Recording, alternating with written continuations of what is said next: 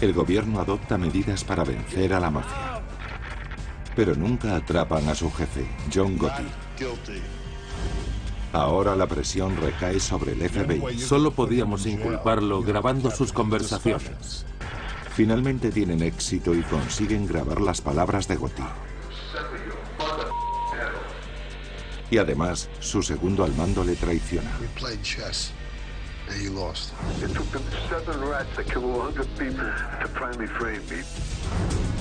Preguntas y respuestas.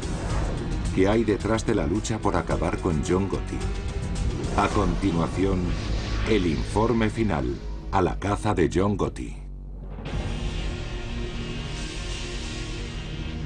Lunes 16 de diciembre de 1985, 5:26 de la tarde, Nueva York.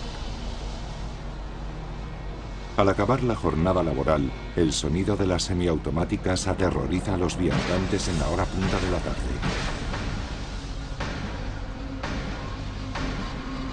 4 pistoleros perpetran un asesinato a la salida del restaurante Sparks Steakhouse. Tendieron una emboscada a 2 hombres y les dispararon 6 veces.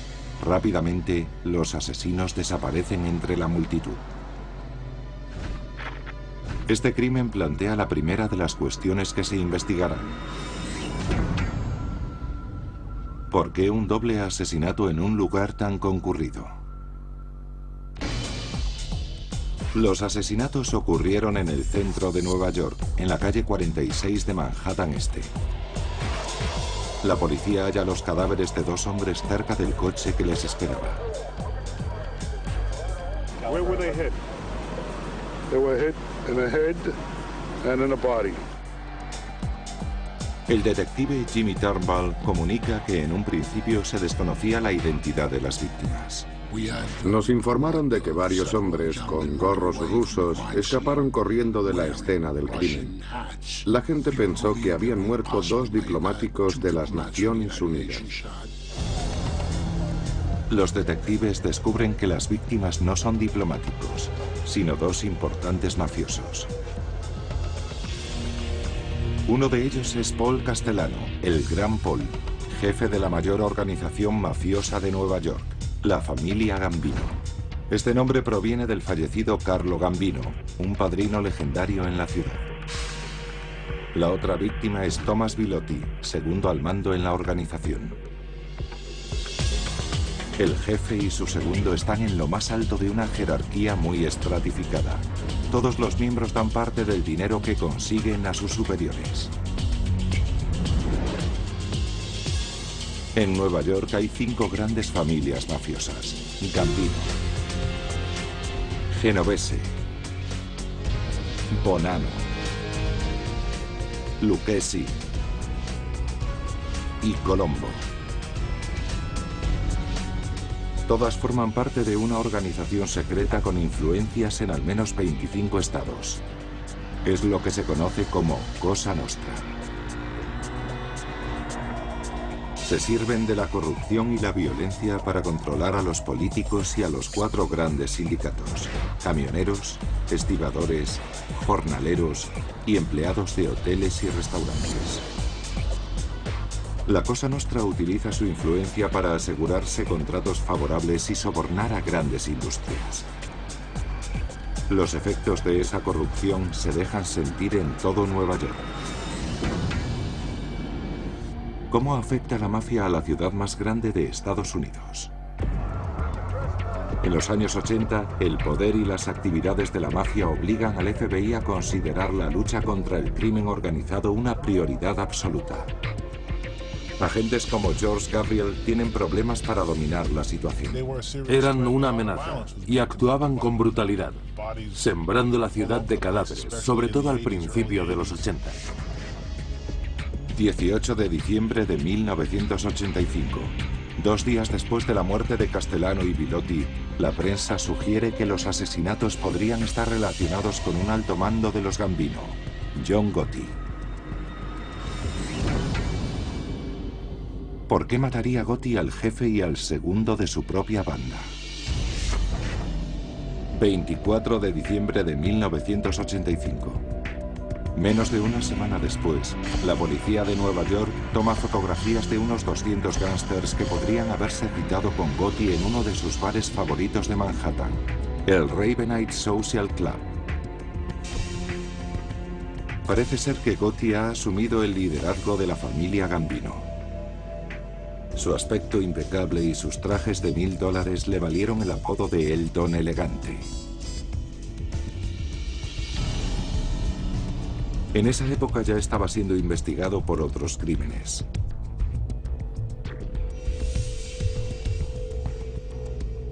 Las investigaciones forman parte de una campaña nacional contra la mafia que encabeza el FBI. Entre los detenidos están los jefes de las familias Lucchesi, Colombo y Genovese.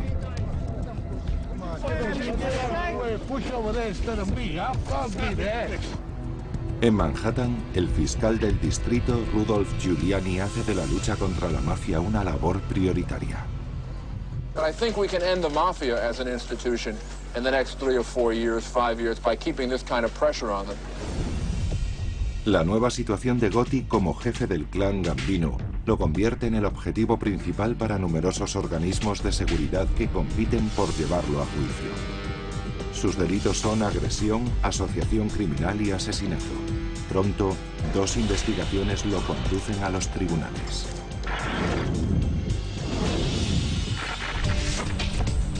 Marzo de 1986, Queens, Nueva York.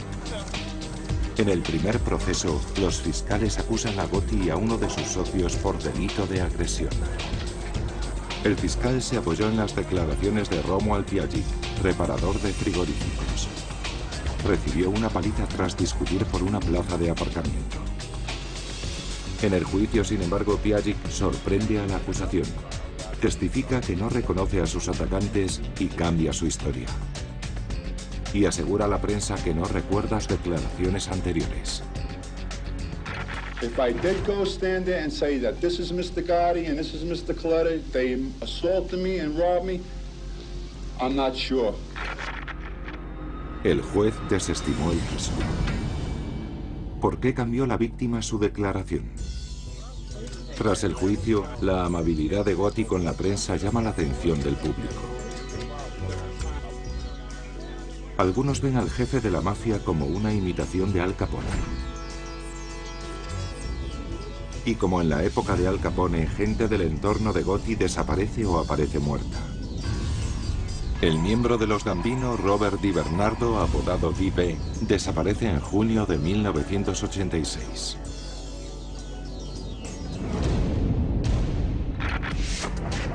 ...25 de septiembre de 1986... Brooklyn, Nueva York. En la Corte Federal comienza un segundo proceso judicial contra Gotti. Él y 6 procesados más son acusados de estar implicados en varios crímenes, como asociación ilegal y asesinato.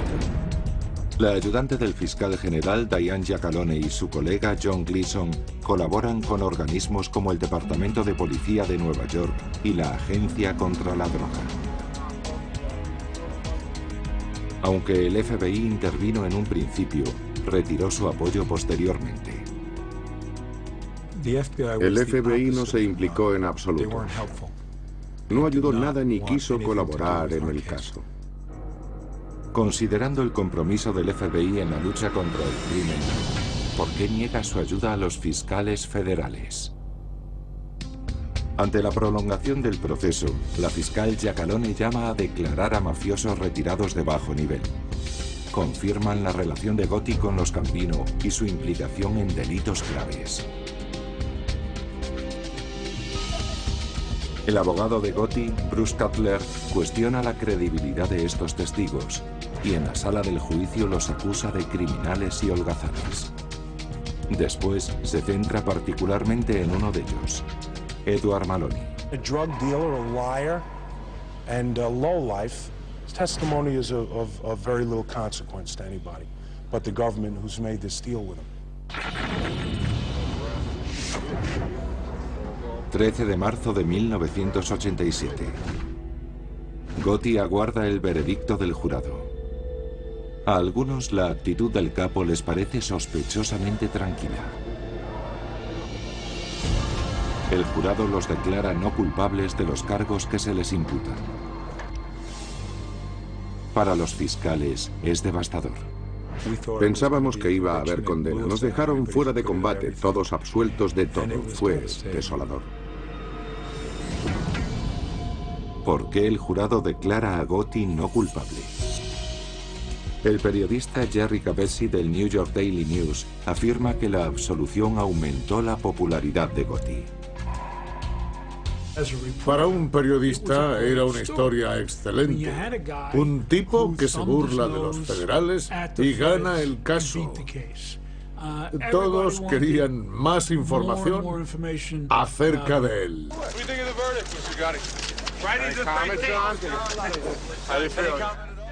Tras el veredicto, Gotti regresa a su barrio de Howard Beach, en Queens. Ahora su imagen es la de un héroe, al estilo de Robin Hood. Un chico desafortunado convertido en un rebelde al que el gobierno no logra condenar.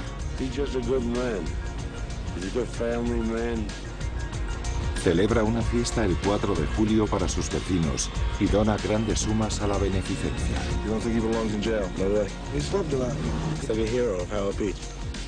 La habilidad de Gotti para eludir los cargos criminales le valen un nuevo apodo en la prensa: Don de Teflón. Esa referencia a su fama de escurridizo supone un reto para los investigadores del FBI, como el supervisor Bruce Mau, que dirigió a la Brigada Gambino desde 1980. Debido a su notoriedad, arrestar a John Gotti suponía una gran presión.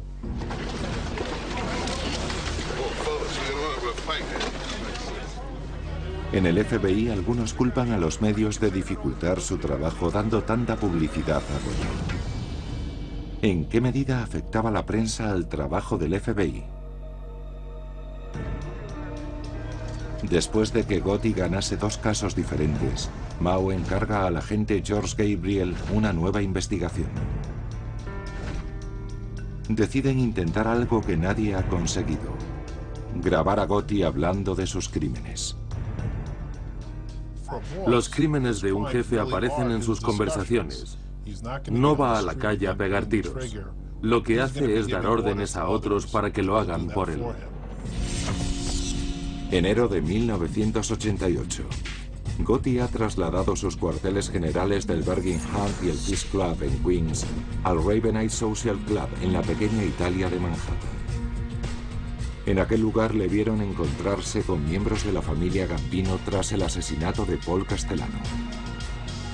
El populoso barrio ofrece una oportunidad al FBI.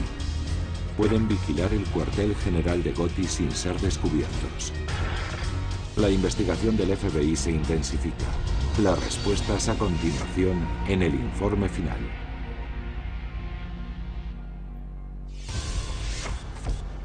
Febrero de 1988, Nueva York. John Gotti ha colmado sus aspiraciones. Después del asesinato de Paul Castellano, es el jefe de la familia Gambino y ha ganado 2 procesos por cargos criminales. You think the government's gonna frame you? You guys and Giuliani should be in charge. El FBI está decidido a coger al Don de Teflón, recopilando las pruebas suficientes para condenarlo a cadena perpetua. Un equipo de videovigilancia trabaja bajo la dirección del supervisor del FBI, Bruce Mau. Desde un apartamento a 2 bloques de distancia tendrán monitorizado el cuartel general en el Ravenite Social Club. Por encima de los árboles y las farolas de Mulberry Street, teníamos una visión directa de la puerta delantera. Controlábamos a todo el que pasaba. Gotti se citaba regularmente con sus subalternos en el Ravenite. Para nosotros fue una situación afortunada. Había gente que venía muchas noches, unas 5 por semana, y eso no es algo corriente en la mafia. Son conscientes de que las reuniones facilitan el trabajo de los federales, y cuantas menos reuniones tengan, menos posibilidades hay de que los descubran. Sabiendo que podía despertar las sospechas del FBI, ¿por qué se reunía Gotti con tanta regularidad? Veíamos a 2 o 3 mafiosos salir, mantener una breve conversación y entrar de nuevo. El FBI confecciona una lista de los miembros de la familia Gambino. Aparecen Frank Locasio, alias Frankie Locke, y Salvatore Gravano, apodado Sammy el Toro. Las cintas de vigilancia muestran a los mafiosos conversando, pero carecían de audio. ¿Podrían unas imágenes sin sonido servir como prueba incriminatoria? 26 de febrero de 1988. De madrugada, dos agentes del FBI entran en el Raven Eye Social Club tras hacerse con la llave de una puerta. Una vez dentro, instalan un micrófono oculto en una sala encima de esta mesa. Confían en que esta vez la cinta registrará conversaciones incriminatorias. Pero cuando los agentes escuchan la grabación apenas entienden las palabras de Gotti. Mucha gente en un cuarto muy pequeño. Parecía la Torre de Babel. Demasiadas voces absolutamente ininteligibles. Los agentes vuelven a colocar el micrófono y acoplan un filtro de ruidos. Pero surge un nuevo problema. Junio de 1988. En el antiguo cuartel general de Queens, unos miembros de los Gambino descubren un micrófono oculto. Pertenecía a una investigación policial anterior. El FBI percibe enseguida un cambio de rutina en el nuevo cuartel general de Ravenite. Gotti continúa entrando y saliendo, y pueden captar algunas conversaciones, pero a menudo su voz desaparece. Estaba claro que, para discutir ciertos asuntos, se reunían en otro lugar del edificio al que nosotros no teníamos acceso. ¿Dónde se escabulle Gotti para conversar? 23 de enero de 1989. Gotti es procesado por tercera vez desde el asesinato de Castellano, esta vez por el estado de Nueva York. Lo acusan de ordenar la agresión a John O'Connor, líder de un sindicato de carpinteros. Los investigadores del FBI preparan su propio proceso contra Gotti, pero no confían en que la principal prueba, una serie de cintas grabadas en Queens 3 años antes, les sean de utilidad. Teníamos esas cintas que se oían muy mal y no creíamos que fueran a proporcionar lo que el Estado necesitaba para inculparle. En el juicio, el fiscal puso una cinta donde se escuchaba a Gotti facilitando a su socio la dirección de O'Connor.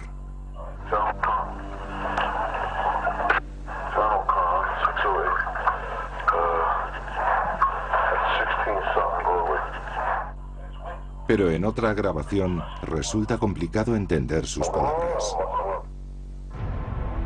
El Estado argumenta que Gotti, refiriéndose a John O'Connor, dice textualmente: "Vamos a destrozarle". El abogado Bruce Cutler insiste en que las cintas son incomprensibles y acusa a los investigadores de forzar una interpretación que incrimine a Gotti. You say you heard that on the tape, right? Yes, sir. Do you know what was in Mr. Gotti's mind when he said that? Yes, sir. You read his mind? I think it's fairly obvious. Do you know what's in his mind now, Investigator Wright? No, sir, I Take a do look not. at him and tell me what he's thinking about. I wish I knew. La defensa cuenta además con un testigo relevante, la presunta víctima, el líder sindical John O'Connor. Pero cuando sube al estrado, niega conocer a sus atacantes. 9 de febrero de 1990. El veredicto se emite en directo por televisión. Do you find the defendant, John Gotti, guilty or not guilty? Not guilty. Por tercera vez en 4 años, Gotti elude la condena y queda libre. Regresa al Ravenite, rodeado de periodistas y admiradores. Una vez más, la prensa le describe como una celebridad cuya astucia y carisma le sitúan fuera del alcance de la ley. Esa semana, el periodista Jerry Capecci entrevista al jefe de la unidad del FBI contra el crimen organizado, Jules Bonavolonta. Afirmó con mucha seguridad: John Gotti sabe que el FBI no ha empleado todas sus fuerzas en procesarle. Cuando eso ocurra, Nada le librará de la condena. ¿Por qué estaban tan seguros en el FBI? 11 de diciembre de 1990. 10 meses después del veredicto, el FBI y la policía de Nueva York hacen una redada en el Ravenite. Arrestan a Gotti y a sus lugartenientes, Fran Locascio, alias Frankie Locke, y Sammy Gravano, alias El Toro. Los tres son acusados de extorsión y asesinato.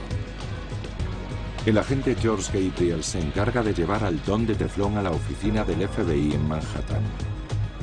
Al cruzar el barrio de la pequeña Italia, Gotti se jacta de que volverá a ganar el caso. Le dije que no siempre iba a tener suerte. Le apuesto cualquier cosa, soltó. Y yo respondí, ¿y si apostamos que el que pierda abandona la ciudad? No haga las maletas donde no va a necesitar ropa. Las respuestas y el enfrentamiento de Gotti con el FBI a continuación.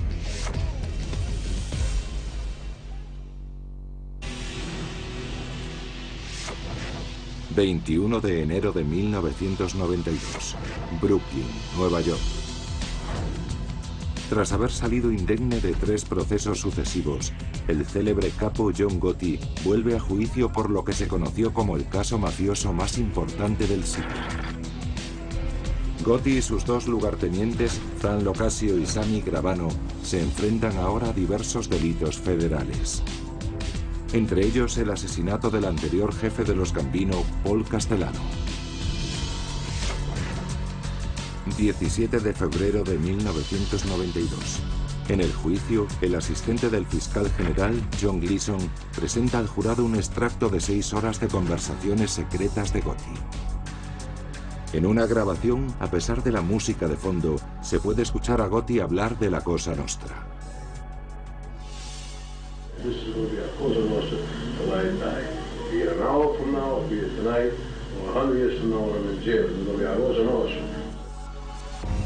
El ayudante del fiscal general, Patrick Cotter, explica que las cintas demostraron que Gotti había ordenado los asesinatos. Uno de esos crímenes fue el de Robert DiBernardo, alias D.B.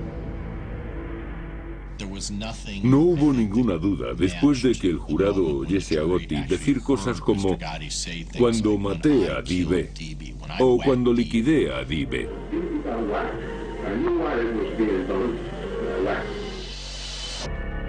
Pero tal vez la prueba decisiva contra Gotti fue el testimonio de uno de sus socios, su segundo al mando, Sammy Gravano, El Toro. 2 de marzo. Gravano presta declaración. Ha llegado a un acuerdo. Si testifica sobre los secretos de la mafia, se beneficiará de una reducción de condena y del programa de protección de testigos. Es la primera vez que un miembro de tan alto nivel accede a romper el código secreto de la mafia, la omertá o silencio, y a declarar contra su propio jefe. Pero después de todas las anteriores victorias legales de Gotti, ¿por qué contradice Gravano sus principios y traiciona a su superior? Durante 9 días, Sammy El Toro desvela las actividades criminales de la familia Gambino.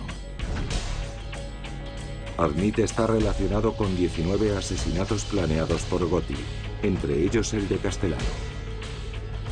El periodista Pablo Guzmán está en la sala y observa la reacción del jurado.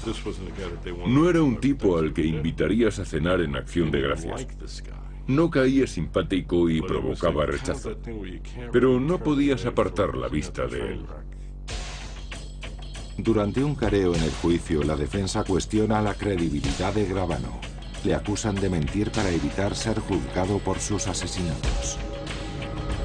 Teniendo en cuenta su historial criminal, ¿cómo podría el jurado creer el testimonio de Gravano? 2 de abril de 1992. El jurado acuerda el veredicto en poco más de un día de deliberación. Respecto a las acusaciones de asesinato, asociación criminal y conspiración, el jurado declara a Gotti culpable de todos los cargos. Después de 4 juicios y numerosas investigaciones, el Don de Teflón es enviado a prisión. Teflon is gone, the Don is covered with Velcro, and every charge in the indictment stuck. The mob, as we have known it, is on the way out. Los funcionarios del Estado predicen que otros mafiosos correrán la suerte de Gotti. ¿Por qué la condena de Gotti supone un hito en la lucha contra la mafia? Para muchos defensores de Gotti, incluida su hija Victoria, resulta difícil aceptar la nueva imagen del Don como convicto. My father is the last of the Mohegans. They don't make men like him anymore, and they never will.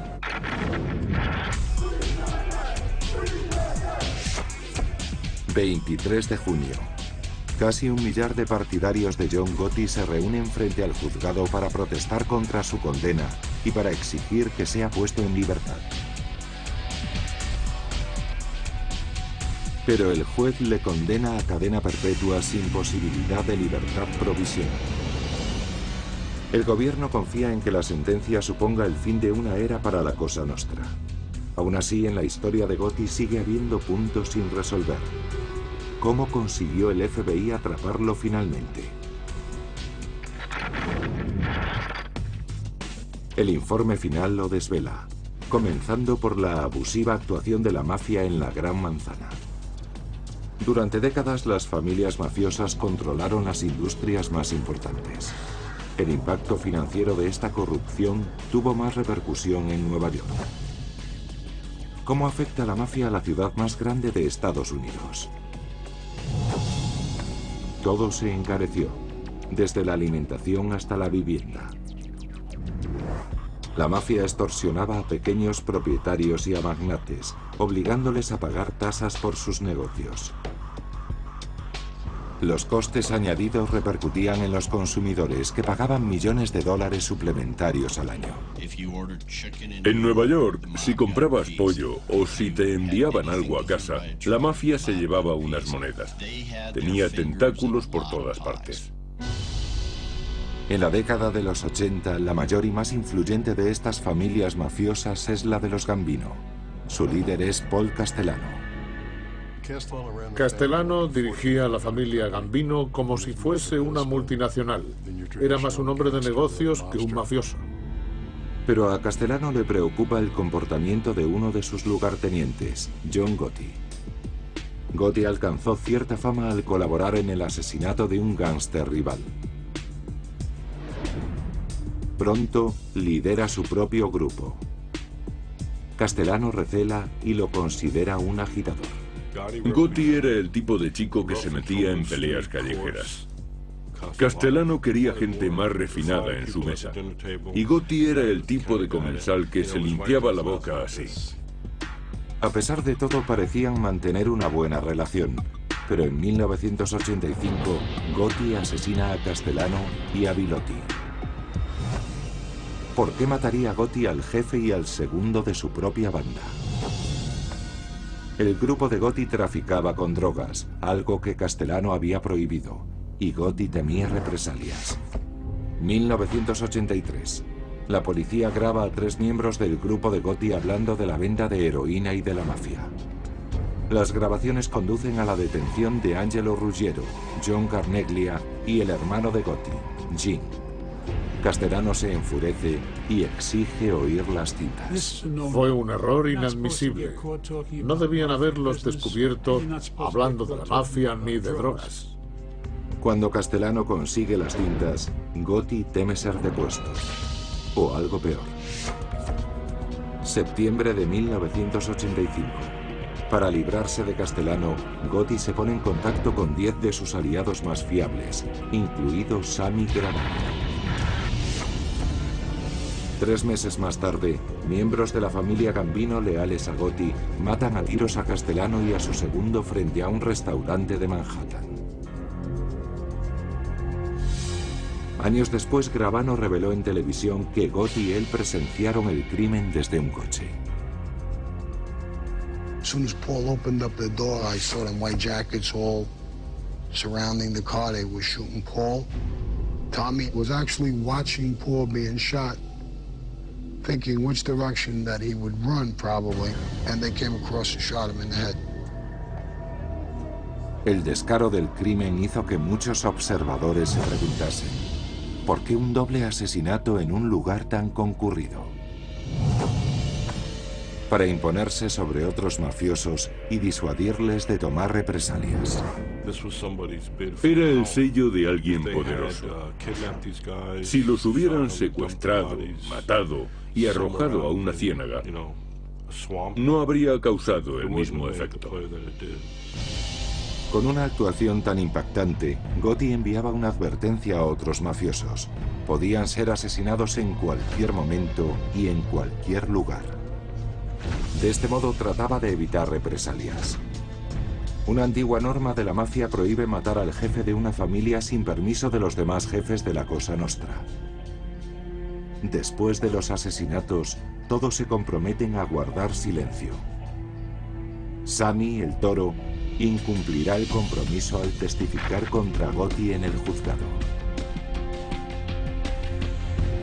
Master double crosser. John's a double crosser. I'm a master double crosser. We played chess, and he lost. El doble juego de Sammy Gravano y más respuestas a continuación, en el informe final.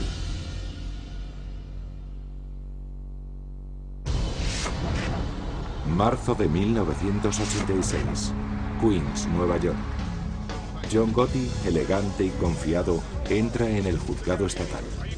El nuevo y célebre líder de la familia Gambino se enfrenta a una acusación de agresión grave.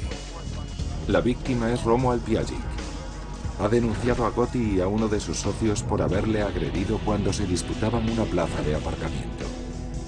Pero cuando Gotti se enfrenta a su acusador, este declara que no recuerda quiénes fueron sus atacantes. El juez sobreselló la causa.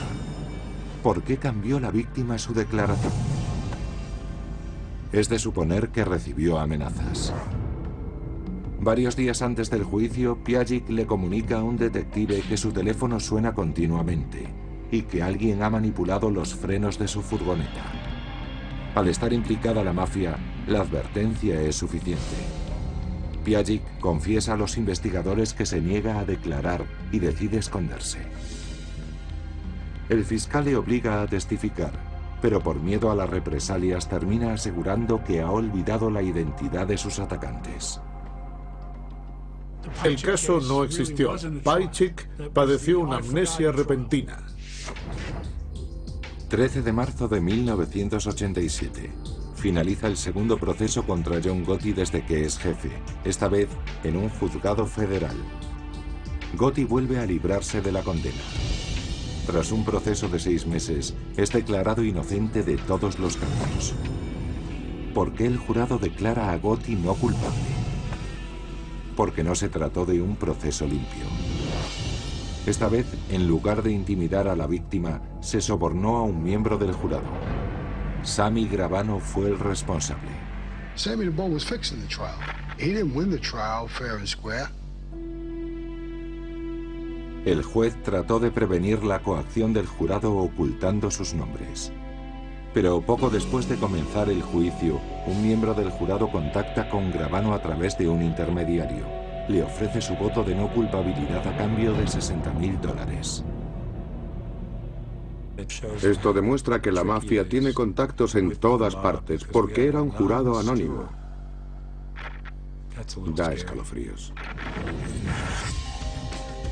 Con o sin soborno, algunos funcionarios de las fuerzas de seguridad opinan que la oficina del fiscal no debió presentar la denuncia contra Gotti. Con frecuencia el FBI ayuda a la acusación federal, pero esta vez no lo hizo. ¿Por qué negó su ayuda el FBI? Consideraban el caso inconsistente y opuesto a las tácticas de la fiscalía. Cuando presentaron la acusación, las pruebas eran antiguas y los testigos inútiles. Para la fiscalía, el caso dependía de sus confidentes de la mafia, que fueron considerados de dudosa fiabilidad. Durante la investigación, la ayudante del fiscal general, Diane Giacalone, descubre que un abogado de Gotti, Wilfred Johnson, alias Willie Boy, pertenece al FBI. Para obligar a Johnson a declarar, Giacalone tiende una trampa y le presenta en la sala como un soplón de la mafia. Willie Boy se niega a declarar, pero el hecho de ser descubierto trae consecuencias. 18 meses más tarde, es asesinado por orden de Gotti. La pérdida de uno de sus confidentes supone una gran desventaja para el FBI. Los agentes encargados del caso Gotti culpan a la prensa de dificultar su captura. ¿En qué medida dificultan los medios las investigaciones del FBI? El nombre de Gotti aparece constantemente en las noticias, por lo que hay pocos testigos y confidentes dispuestos a declarar. Para nosotros suponía un problema, porque cada vez había menos gente inclinada a ayudarnos, o porque de algún modo apreciaban a aquel hombre y estaban en su derecho de hacerlo, o porque le temían. Los agentes piensan que la prensa no habla objetivamente de Gotti. Le presentaban como un superhéroe, cuando para mí, como defensor de la ley, no era más que un criminal. Gotti debía ir a prisión por haber disparado en el estómago a un hombre. Pero eso no se decía, porque los medios solo contaban lo que el público quería oír. Algunos periodistas alegan que ellos solo contaban los hechos. John Gotti fue absuelto. Eso no se puede cambiar. Nosotros no hicimos de él algo cotidiano. Él y el fracaso del gobierno en el juicio es lo que le dieron la fama que tenía. Ambos bandos coinciden en que la cobertura de los medios incrementó la presión sobre los federales. Cuando Gotti apareció en las portadas de las revistas, el Departamento de Justicia se escandalizó y dijo: "Atrapen a ese tipo". La publicidad que se dio a las victorias de Gotti en los juzgados fue un punto de inflexión en la lucha por atraparlo. Bajo tal presión, el FBI hace del caso su prioridad. Instalan una videocámara de $100.000 en un apartamento a 2 bloques de distancia del Ravenite. Ahora pueden grabar imágenes claras de las reuniones semanales de Gotti. ¿Por qué se reunía Gotti con tanta regularidad? Para probar la lealtad de los miembros de la familia Gandhi. Resultaba difícil conspirar a sus espaldas si se reunían a menudo y todos conocían los planes de los otros. En estos encuentros, Gotti descubrió las actividades internas de la familia y se aseguró una parte de los beneficios ilegales de los altos mandos. Pero la decisión de Gotti es una imprudencia. Permite que el FBI grabe a todo el que acude al club, aunque las cintas carecen de sonido. ¿Podrían unas imágenes sin sonido servir como prueba incriminatoria? Sí. Ayudaron a demostrar que se trataba de una organización criminal. Al probar la existencia de esta organización, la acusación puede servirse de una potente arma legal. La Ley Federal RICO, Ley sobre organizaciones corruptas e influenciadas por el crimen organizado. Con la Ley RICO, la Fiscalía puede desmantelar organizaciones criminales. Demostrar que se reúnen dista mucho de probar que forman parte de la misma empresa. Pero aunque la actitud de Gotti facilita que los agentes graben a sus socios, no resulta sencillo grabar sus conversaciones más comprometidas. En muchas ocasiones se levantaba y se alejaba de donde teníamos el dispositivo de escucha, y sabíamos que iba a otro lugar. El FBI sigue investigando. Los días de libertad de Gotti están a punto de finalizar.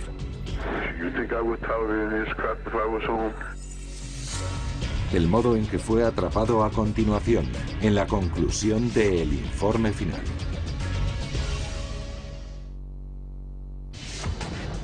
Abril de 1989, Nueva York. Agentes del FBI han colocado micrófonos ocultos en el cuartel general de Gotti, el Ravenite Social Club. Pero resulta complicado obtener grabaciones para incriminarle. Gotti abandona la sala en momentos clave.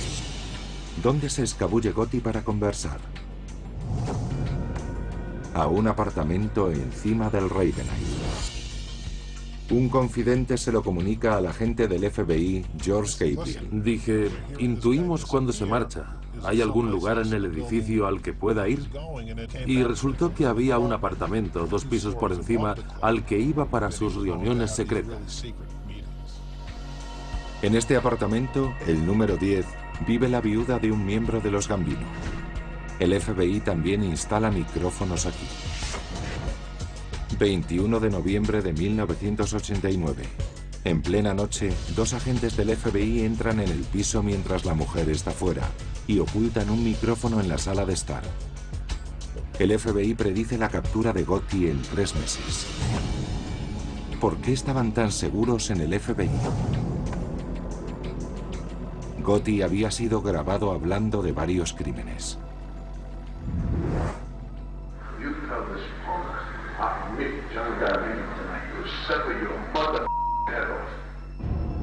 Las cintas conducen al arresto de Gotti y de sus 2 lugartenientes, Sammy Gravano y Frank Locascio. 17 de febrero de 1992. La acusación reproduce las cintas en la sala del juicio. Por primera vez, un jurado escucha a Gotti describiendo los asesinatos que ha ordenado.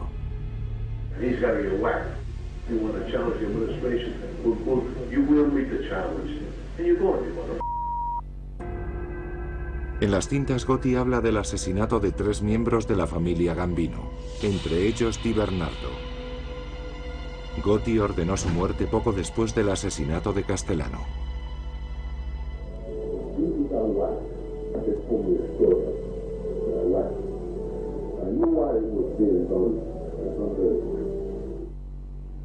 Las revelaciones de las cintas son incuestionables, igual que el testimonio de Sammy Gravano. Por primera vez, un mafioso de alto nivel viola el código de la mafia, contra su propio jefe. ¿Por qué se vuelve Gravano contra Gotti? Gravano ya no confiaba en él, y temía ser utilizado como chivo expiatorio. En una sesión previa al juicio, la acusación pone unas grabaciones del Ravenite. Durante una conversación, Gravano oye a Gotti hablando a sus espaldas y culpándolo del asesinato de un miembro de los Gambino, Louis y Bono.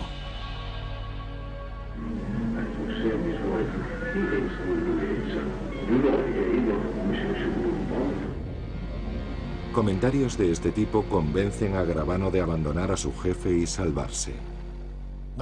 No solo escuchó cómo se le implicaba en los asesinatos, también comprobó que Gotti era capaz de traicionarlo. Gravano testifica durante 9 días y reconoce su implicación en 19 asesinatos. Ante su violento pasado, muchos se preguntan si Gravano es un testigo fiable. ¿Cómo pudo entonces el jurado creer su testimonio? Admitió sus crímenes y confesó el acuerdo al que había llegado con la acusación. En el juicio, el fiscal presenta a Gravano como un asesino y explica que se enfrenta a una pena muy dura si miente en su declaración. Aclaramos al jurado que le convenía contar la verdad, porque si mentía, rompía el acuerdo y sería condenado a cadena perpetua sin posibilidad de libertad provisional. 2 de abril de 1992. Gotti es declarado culpable de todos los cargos. Es sentenciado a cadena perpetua sin libertad provisional. El veredicto pone fin a un ostentoso capítulo de la historia de la mafia y renueva las energías del gobierno para atacarla. ¿Por qué la condena fue tan relevante en la lucha contra el crimen organizado? Porque desencadenó una sucesión de condenas en todo el país. El ayudante del fiscal, Patrick Cotter, opina que la condena de Gotti abrió el camino para otros procesos en otras ciudades.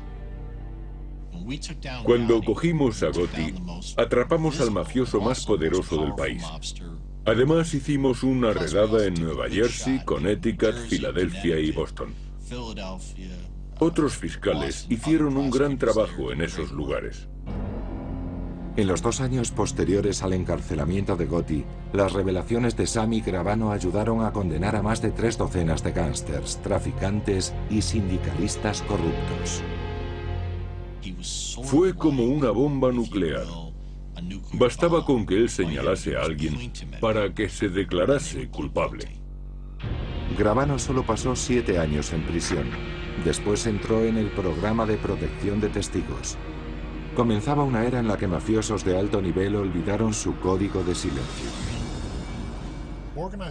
El éxito del crimen organizado dependía de la omertá, del secretismo de la organización, de la confianza en que un compañero no te abandonaría.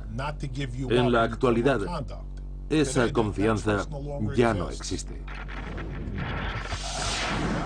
Las investigaciones sobre el caso de Gotti revelan estadísticas sorprendentes. Desde que Gotti fue encarcelado, más de 225 miembros de la familia Gambino han sido condenados, incluidos 11 jefes y altos lugartenientes.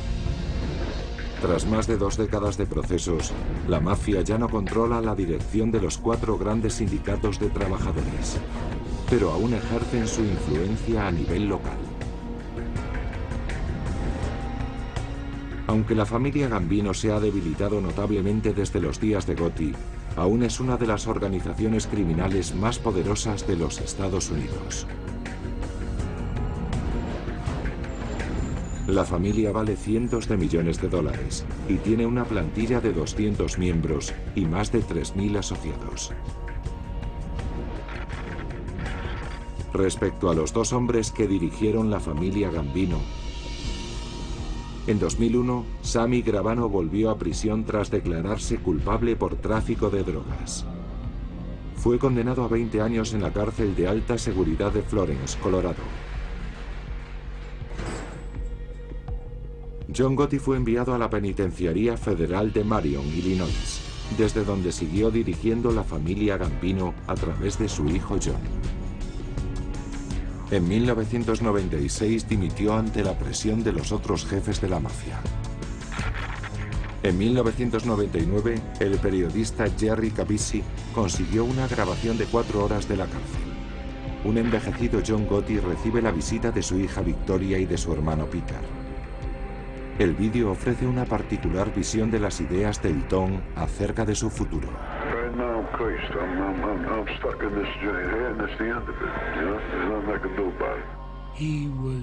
Estaba furioso por encontrarse en aquella situación y desesperado porque ya nunca más podría salir a pasear fuera de allí como un hombre libre.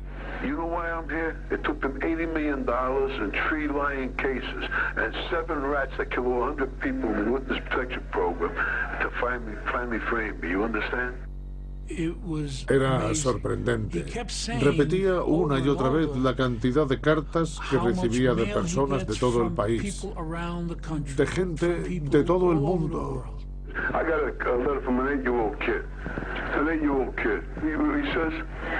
He says, I like your family values. That kid from Iowa. Probably got to get up in the morning and go to feed cows and shovel horse.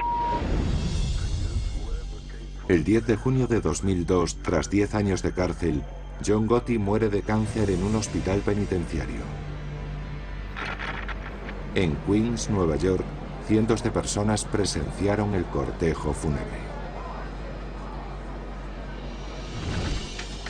En 2003, el gobierno condenó a 2 hermanos de Gotti, Peter y Richard, por actividades relacionadas con la mafia.